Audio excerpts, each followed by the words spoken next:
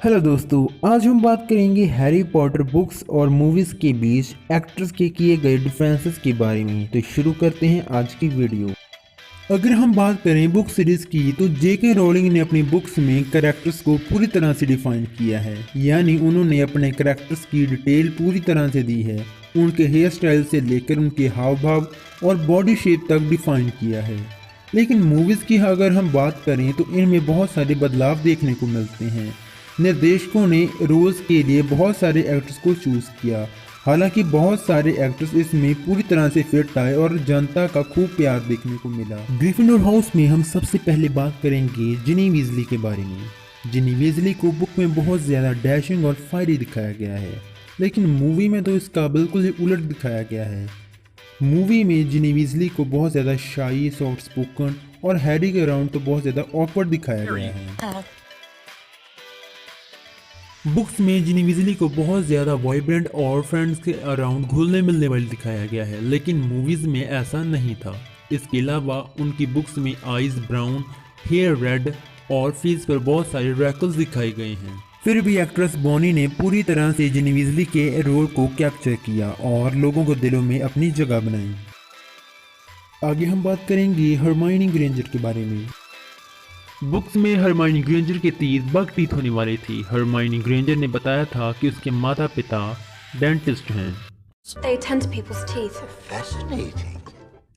Chamber of secrets में Hermione Granger के तीर रिड्यूस होने शुरू हो गए क्योंकि ड्रैको मैलफॉय ने उस पर एक स्पेल यूज किया था। इसके अलावा हरमाइनी ग्रेंजर के बाल घने और ब्लशी थे, लेकिन जैसे ही मूवीज प्रोग्रेस करती गई उसके बाल सिल्की और छोटी हो गई।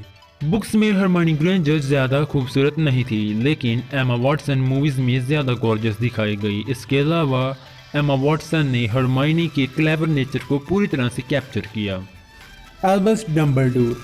हॉगवर्ट्स के हेडमास्टर डम्बलडोर स्कूल की उपस्थिति में ग्रिफिंडोर हाउस में चुने गए थे। बुक्स और मूवीज़ में डम्बलडोर को ज़्यादा उम्र के सफ़ेद दाढ़ी वाले हाफ मून ग्लासेस पहने हुए दिखाया गया है। इसके अलावा डम्बलडोर का किरदार दो एक्टर्स ने प्ले किया, रिचर्ड हैरिस और माइकल गैम्बोन ने। हैरी पॉटर की पहली दो मूवीज़ में डम्बलडोर का किरदार रिचर्ड हैरिस ने बखूबी निभाया। उसके बाद उनकी मौत हो गई और यह किरदार माइकल गैम्बोन ने निभाया। माइकल गैम्बोन ने बहुत ही आशावादी तरीके से इस किरदार को निभाया और वो हाफ मून ग्लासेस बहुत ज़्यादा कम पहनते दिखाया गया है और उन्हें हैरी पॉटर के काफ़ी सपोर्टिव भी दिखाया गया है। आगे हम बात करेंगे वीजली फैमिली के रॉन वीजली के बारे में। रॉन वीजली को बुक्स में लाल बाल वाला, लंबे नाक और फ्रैकल्स के साथ दिखाया गया है, लेकिन मूवीज़ में ऐसा नहीं था। मूवीज़ में रॉन का किरदार निभाने वाले रूपर्ट ग्रिंट का नाक ज़्यादा वाइडर था। इसके अलावा उनके हेयर ब्राउनिश थे। इसके अलावा रॉन वीजली की बॉडी शेप रूपर्ट ग्रिंट की बॉडी से बिल्कुल भी मैच नहीं थी। इसका कारण था एक्ट्रेस का ग्रो अप होना।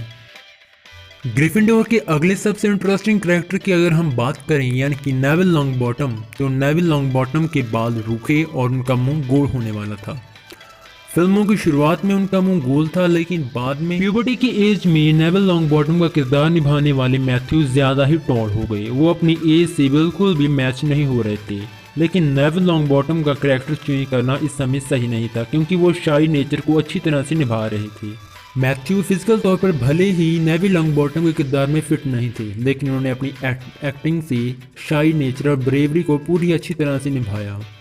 अगर हम बात करें पहली मूवी की तो वहाँ मैथ्यू पूरी तरह से लॉन्गबॉटम के किरदार में फिट थे, लेकिन लास्ट मूवी तक आती उनकी टॉलनेस बाकी बच्चों से ज़्यादा थी।